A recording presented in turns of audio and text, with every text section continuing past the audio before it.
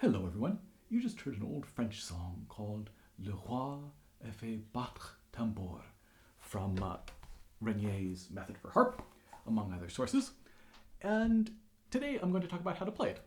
So today is June 18th, 2024. It's Tuesday. It's Harp Tuesday. Welcome to this week's episode. So as I say, this is a piece that's in Renie's Method for Harp. It also exists in a slightly different format in a collection of 10 pieces by Louise Charpentier.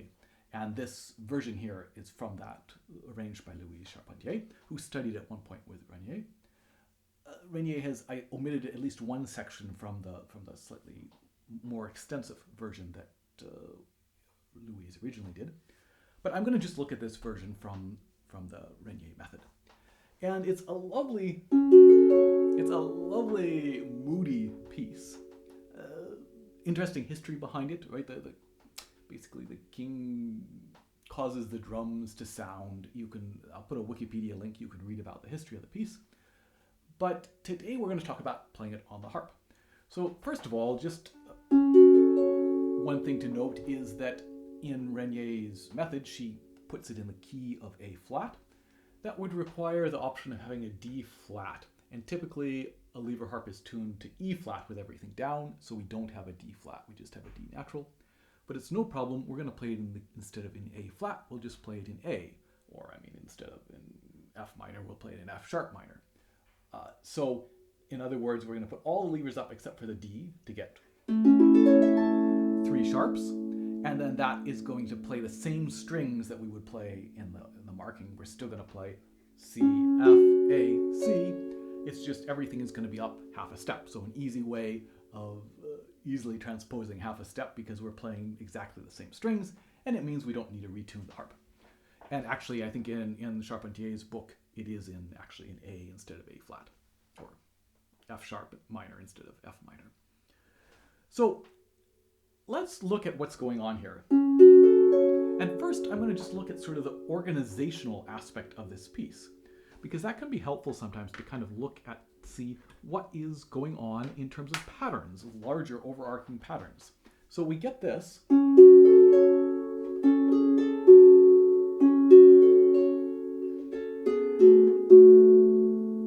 Okay, a nice little 4-bar phrase, maybe an intro, maybe an instrumental, maybe a chorus.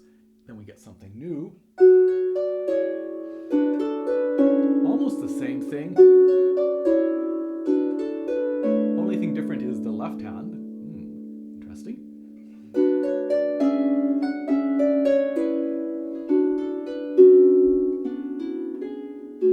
And then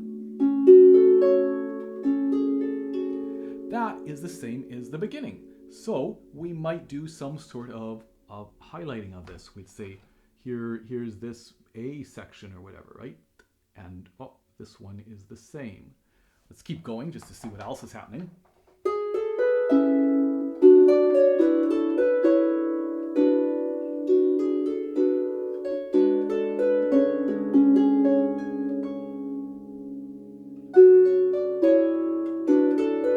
Okay, that's familiar. That's the same as this bar here.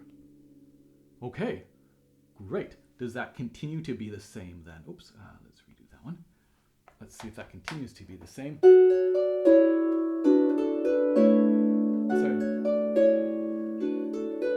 So far the same. This is slightly different. We'll talk about that in a moment.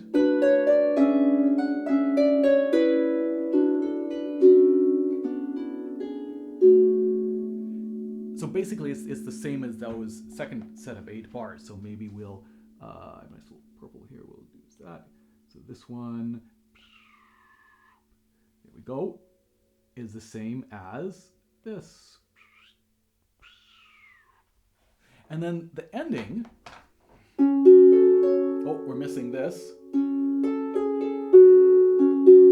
And slightly, so it's basically the same as the beginning with just a slight variation, but I'm gonna mark it in yellow as well. So we've got kind of an A, B, A, C, B, A. Or in other words, we can see we have an A at the beginning and the end. we've got a B next, and we've got a B right before the end. And then in the middle, we've got an A again, and then this C part. Maybe I'll mark that with green. This one here. And you'll notice that we only have that green part once. So if you are practicing this just by playing through the whole piece, you'll get a lot of practice on this. The yellow part, we do that 3 times. And then the purple part, we do that twice. But the green part,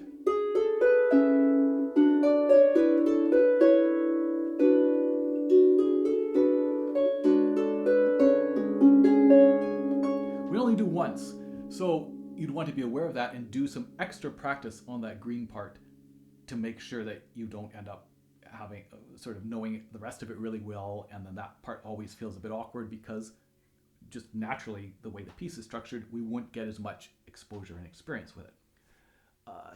Great, let's maybe break down a little bit further. So in this B part, this purple part, as I said, what happens is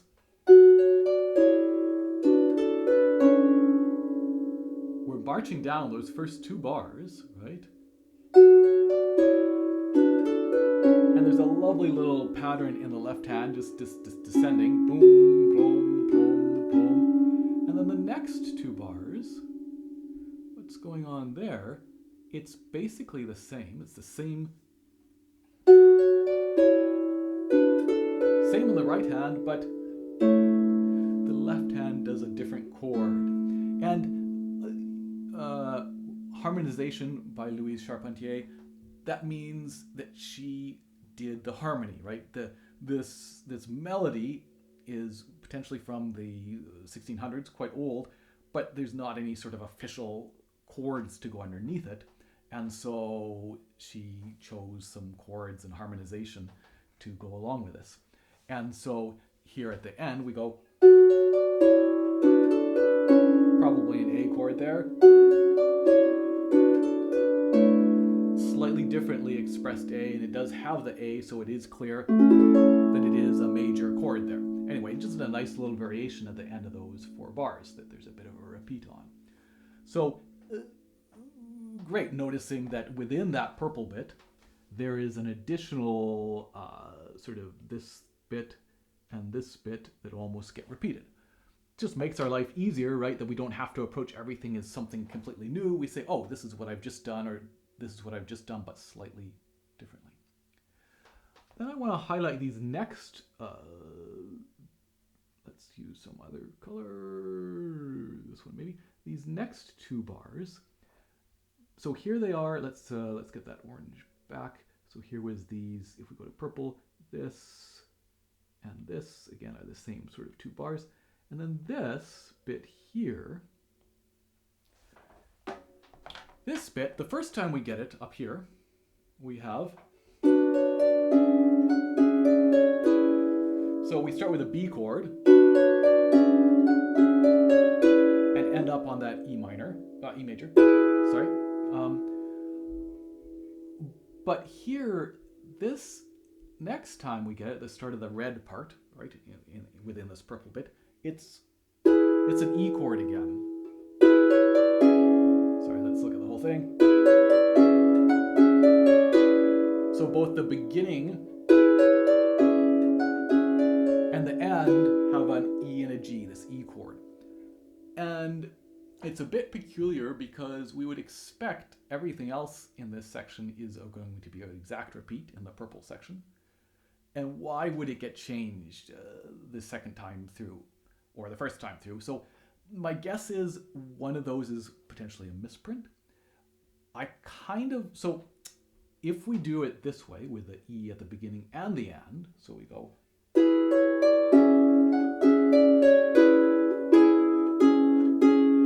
there's a nice symmetry in that, right? We do EG to CG and repeat the CG and back to EG. So very symmetrical. You start and end with the same chord and the same chord in the middle. At the same time, I think to my ear, I do kind of prefer that B chord at the beginning.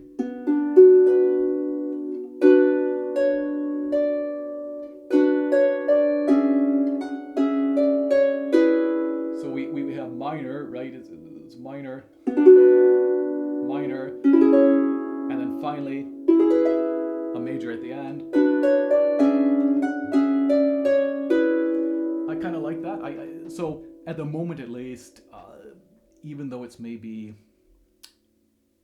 slightly easier to memorize or kind of makes kind of nice sense, that very symmetrical second way it's done, I've been doing both of them with this one here, for example, then would be an F and a D, and not what's written there. So something you could play around with. And again, keeping in mind with something like this that it is not. So there's sort of this, when you take a piece that was composed by somebody and you have an accurate manuscript and you know they had these certain notes in mind and wrote these specific notes,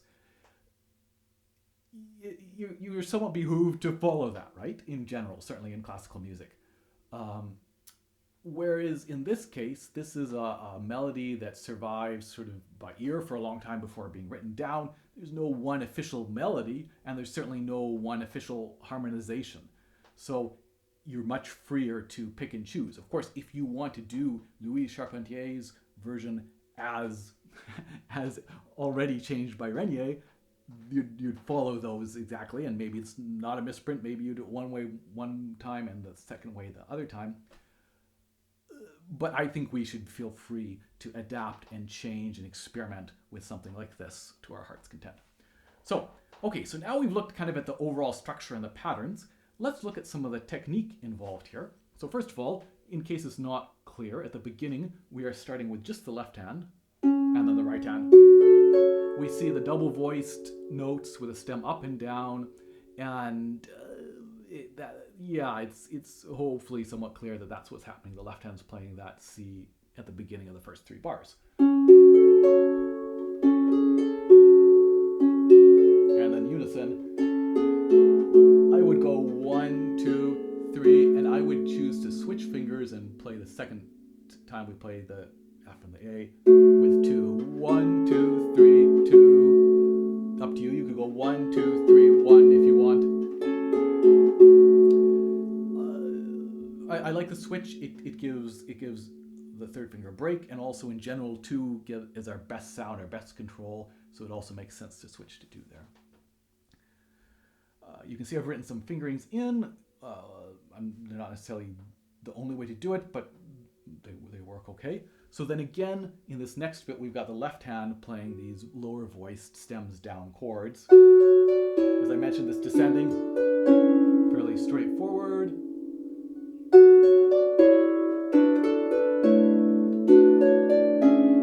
We get a slide.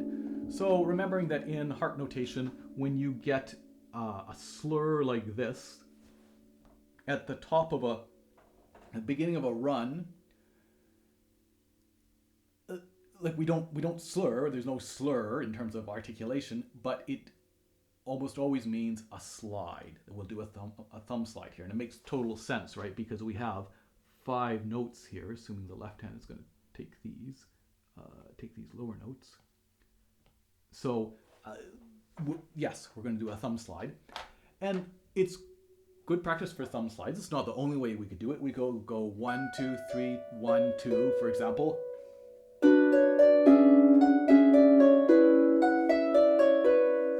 Not a problem, like that would be fine as well. But I think it's nice practice for a thumb slide, and a very typical thumb slide pattern when we have 5 descending notes in a row. That's sort of the ideal spot for a thumb slide, because it means we get to find all of them and have them ready to go. We don't have to cross over. And so remember, you can see I've put this bracket in here, which means that before we do the thumb slide, we have to put all the notes that are under that bracket on the string. So we want to find everything, 1, 2, 3, 4, skipping the E. So this nice little shape where 3 in a row, skip, and then the F. Rather than sliding and then having to find the fingers, right? So there's one motion, slide, and another motion. We just go one motion, find them all, And then we're ready to play. And that's the general principle with slides. Whenever possible, you want to find everything before you slide because it's just more efficient. We can find this eventually. Again, if you're just starting, and this is a nice, reasonably accessible piece, it might feel like placing only the thumb is a lot easier than having to coordinate all the fingers. But, sort of like, well, where is everything going here? But eventually, placing all the fingers can feel just as easy as just placing the thumb. So it's just one motion. We do that thumb slide. This is a little bit awkward, right? This next spot, because we play this F in the left hand, but then the right hand is going to repeat it. I put a 3 here, by the way. This could absolutely be a 2, like either one. You could go, but we can't. It's always just a bit awkward when we're placing on a note that has been played recently.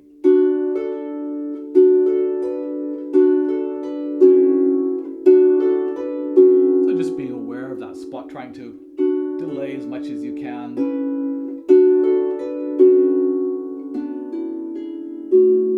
Then we get the beginning bit. Then this middle bit, the green bit. Just want to talk about one spot here, which again is fingering wise. What do you want to do? So this note is tied, of course. Let me go back to red, I think. This note is tied. So 1, 2, these are in left hand, 3, 4 going down. That makes total sense. But then what do we do going up? Because we only have 3 notes going up there. So you can see I've got 1, 2, 3, 4, 2, 1. You could do 3, 2. Again, these are in the left hand. So you could go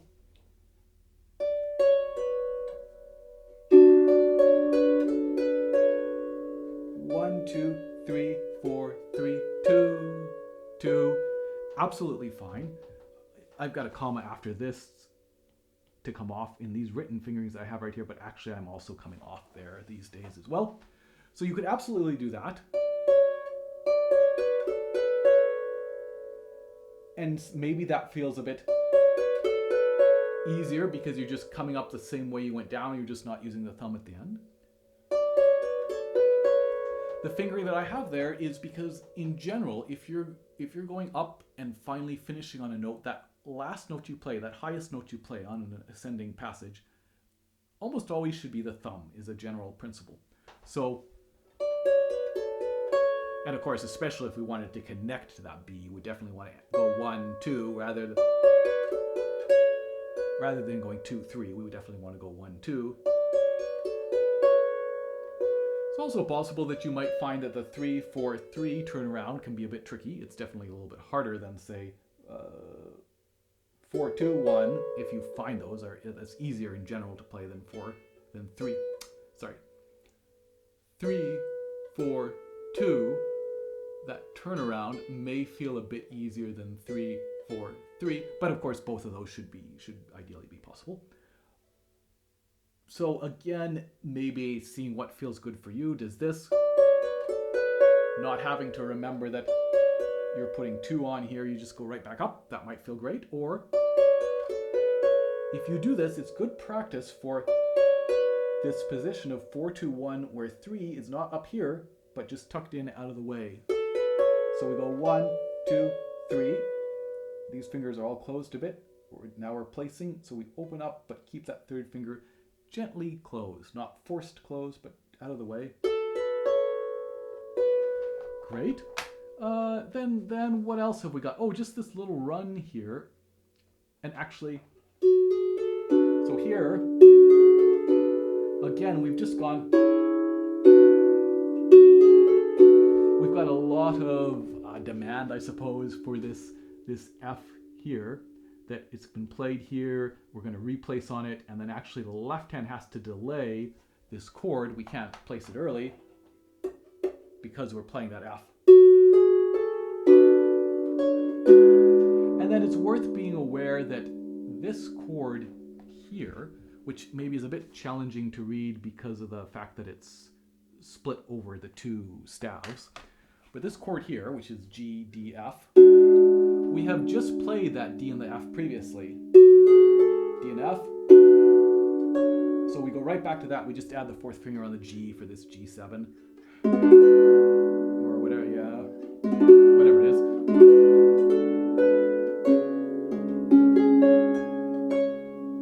So if you think of it that way, is just going right back to these two notes and adding the G in there with 4. That's maybe a nice way to think about that. And then this, the only thing to be aware of again is that collision, that this C that we're playing on the bottom of the octave is also this C that we're playing with the left hand. And again, the direction of the stems show you it's going to be left, right, left, right. So we can't place this octave until the left hand's finished playing the C, and ideally we wait as long as possible so that we don't hear that get stopped. You can even place the thumb a tiny bit earlier as you go towards the octave, so that the last thing that places is the fourth finger, to let that C ring for as long as possible. Then we kind of get a repeat, and I ended up choosing at the very end, so let's look at these last yellow bit, this last 4 bars. I wanted to do that middle C again that we've done earlier, all the other times we've got it. So I went ahead and played it. Of course, you could omit it.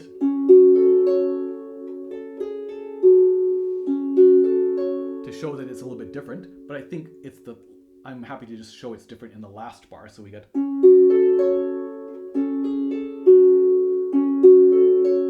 we're expecting that middle C again, but instead,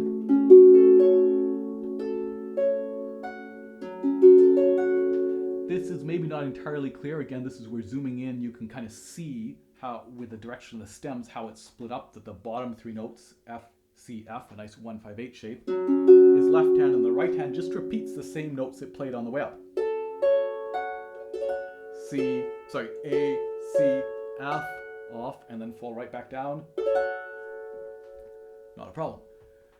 So finally, okay, now we've got kind of the technical stuff and the organization. How about the expression and the music of this? So I think all or almost all of these instructions are copied from Charpentier, and she's got a lot of things like that to look at here in terms of, you know, energetic and to yield, to breathe a little bit. Sire means to take some time, kind of like a rit or rallentando. Bien chante means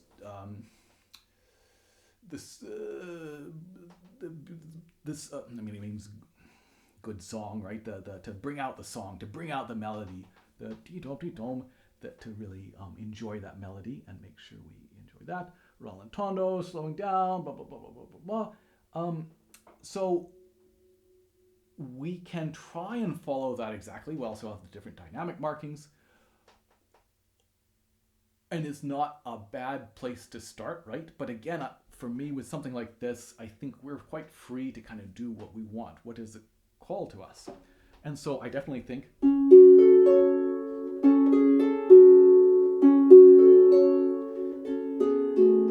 there's room for that hint of taking some time there. You could take a lot, you could take a little.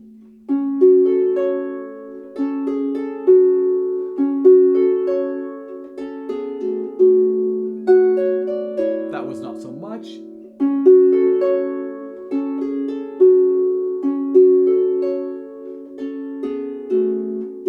Even the tempo.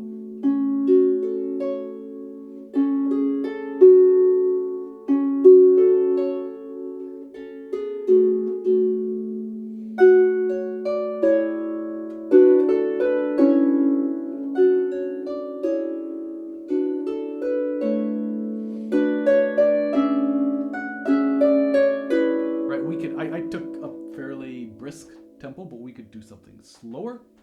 Play around with what it feels like, but I definitely think these little ending of the phrases we can take a little bit of time. And then in this purple, in those first 2 bars, the next 2 bars, the first 4 bars where it repeats just with the left hand different, maybe we hint at an echo effect. And this, we could sit on that B just a tiny bit, right? This one right here, just it's kind of the end of this little phrase. Seems like more energy here potentially.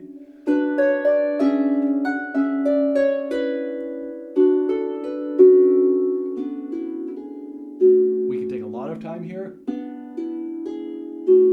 and then back to or.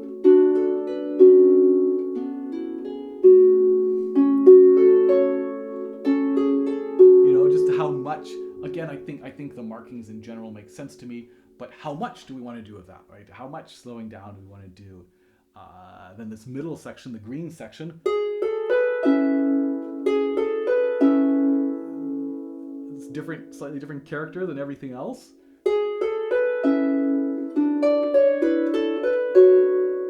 This is a really long phrase. Before we've had, but here now it's kind of a 3-bar phrase, right?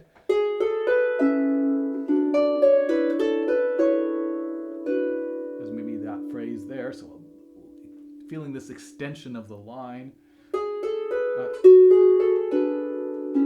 Sorry.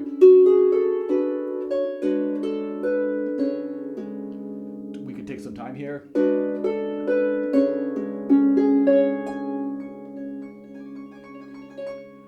If we want or whatever, and then we're back to, so she's got it marked piano. We could be piano, we could be loud. This is the last time we'll hear this. Maybe again an echo effect.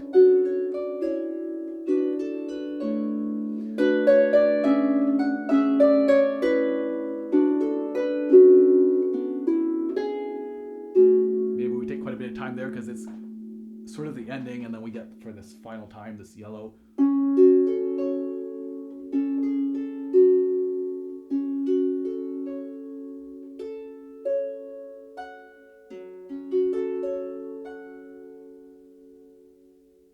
But again, we could be